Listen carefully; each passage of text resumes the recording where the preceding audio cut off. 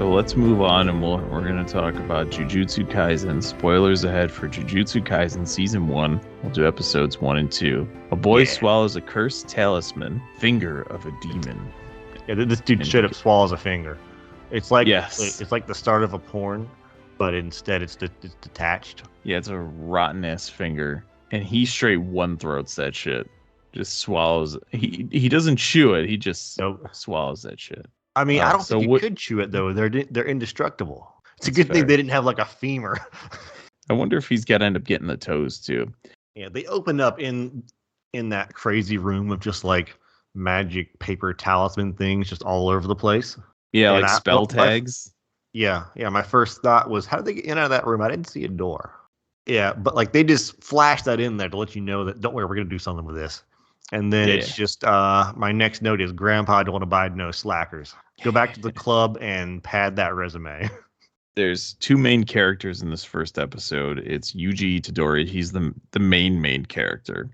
He's the high school kid that swallows the finger. And then Fushiguro is the dark-haired guy. He's looking for the cursed object that the occult club found. They have, like, mandatory clubs, so everyone has to sign up for a club, and here we just kind of do it if we want to do it. But the teacher, Itadori, wants to join the occult club, but the teacher switches him to the track and field just because he wants this dude's skills. And apparently, the dude fucking he throws a I forget what it's called, where you spin around and throw the ball. Yeah, it's a shot put. He throws a shot put. Like a world record distance, but he does it like a cannon, so it puts a big ass dent on the soccer goal. Yeah, he throws it overhand like a fucking baseball. 16 pounds. Yep. And he throws it overhand like a fucking baseball. I think they say it's 30 or 40 yards.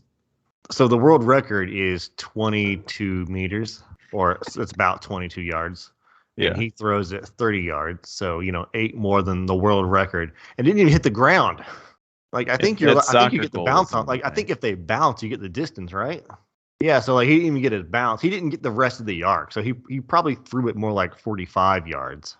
He basically doubled the world record by throwing it like a baseball.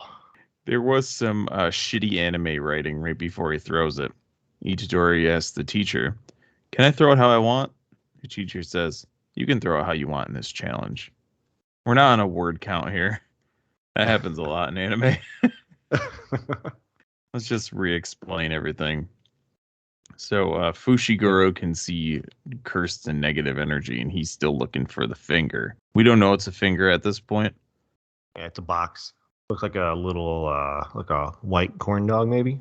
My next line is, with great power comes great responsibility. Grandpa's dead. Yes. He gets the Spider-Man talk. That's exactly what it was. It was Uncle Ben and Peter Parker. As soon as his dad dies, our ghost hunter friend tracks him down to the hospital because he detected a cursed object. But he didn't get a hold of him right now because the guy runs at highway speed. I'm not making that up. They say he runs as fast as a car. And no one's worried about. If someone ran as fast as a car, they would either he would be playing for like the NFL or something like that, or B, he would be underground in a science lab being taken apart for science. But no, instead he's using his powers to steal shit and give it to people who are going to take apart antiques. Like imagine if your friend found like a Fabergé egg, and they're like, "Hey, let's take this fucker apart." You'd be a little miffed about that, right? Like, no, don't. What are you doing? That goes to a museum or a millionaire, whoever's going to pay us for it. But no, you're going to take that. You're literally going to go and unwrap this thing. You don't know what it is. It's fucking idiots. I'm glad. Yep. I hope they're not in the rest of the show. They are not. Okay, at least to this point. I'm pretty far in. My next note in the rest is just this belongs in a museum. Yeah. I want to say shout out to Robbie Raymond. He's the voice actor of Fushiguro. Fucking awesome.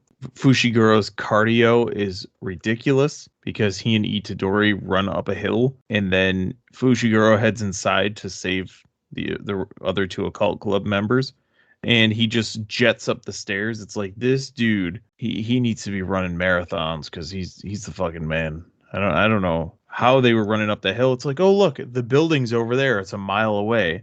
And they're just jogging to it. Itadori's not jogging because apparently he can run a 50-meter dash in 3 seconds. And the world record is 5.56 seconds. He's the fastest man to ever exist.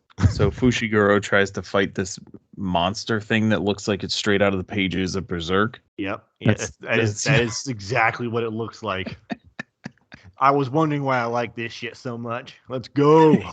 And Itadori dives through the window, does a fucking One Punch Man style downward punch on him, eats the finger, swallows it one throat like we said. Yeah, well, I mean, he doesn't do it because it looks like it's tasty. He finds out that eating a cursed object will give you cursed energy, and that's the only way to kill a monster. And the other guy gets ragdolled, and he's about to be eaten by what can only be described as nightmare Pokemon with arms, or the moon from that one Zelda game. He didn't want to eat it. He's about to be eaten. So he's like, this the only way I'm gonna live is if I have cursed energy so I can beat this thing. Because basically he surprised it and got them out of there, but he can't hurt it. Like he punches it, he just doesn't care. So he deep throats it. And my note is this guy doesn't chew his hot dogs. And my last note is, so we're just not going to explain why this guy's a super soldier. And he kills the monster in there. The finger that he swallowed belongs to a guy who is a notorious murderer. He's got a lot of dark cursed energy. It's Gamamil or Gamamine, the guy from Zelda. The guy always comes back. Basically that. And that guy's fingers is my head canon. And then we move to episode 2, and we see Satoru Gojo, who's the coolest fucking character in this series. Wait till you see what his powers are. It's fucking crazy. Gojo wants to fight. Sukuna is the guy's name, the finger owner. I am never going to remember those names. No. So evil guy, when Itadori, the main character, swallows the finger, the evil guy that had the finger while he was alive. Yeah, like, he takes over his body. Takes over his body, and Gojo wants to fight. He gets an extra set of eyes, like below, like the fold of your eye. I don't know what they're for. They don't give you any extra vision radius. Like I get them on the back of the head or like on your hands to look around corners, but that's just right there to look goofy. And right before they start fighting, the fight music from Mortal Kombat started playing in my head for some reason. Well, we do find out that the guy has 4 arms. So he has to eat a bunch of fingers. So they have a fight, and it's a test to see if Itadori, because Gojo says, give me 10 seconds with him. So they fight for a little while. Really cool art, action, everything that you want in an anime. And Itadori takes back over. So it was a test to see if he can be in control. They said Fushiguro in the previous episode said that it was a 1 in a million chance that the Sukuna, the demon guy, would take over Itadori's body. It would be weird if it hadn't worked out like that, like he just died and then the series ended 1.3 episodes in. I wouldn't mind a series just following Gojo. He's cool. They want to enroll Itadori in Jujutsu high school. Of course, there's got to be a high school. It covers as a religious school. He has to pass a test and set up in the dorm, and Fushiguro is very upset that they have to share a room. No, they're just neighbors, but like it's a giant place with no one in it. There are only 3 students in his class, and they're just neighbors.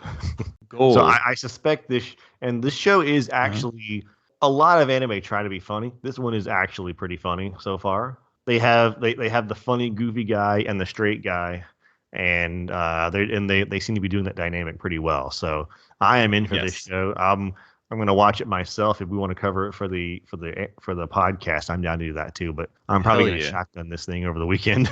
I'm glad that this straight guy is not like Ida from My Hero, because Gojo asks him, what do you want to do? Like, what should we do with him? And he's like, well, the Jujutsu bylaws say we have to execute him, but I think we should find a way around it, which was refreshing because sometimes the straight guy can be overbearing. I think is really awesome. It's a lot of fun, and obviously we're going to stick with it. Thanks for listening to the podcast. Yes, please like, share, comment, all that stuff. Subscribe. Share it with a buddy who likes anime.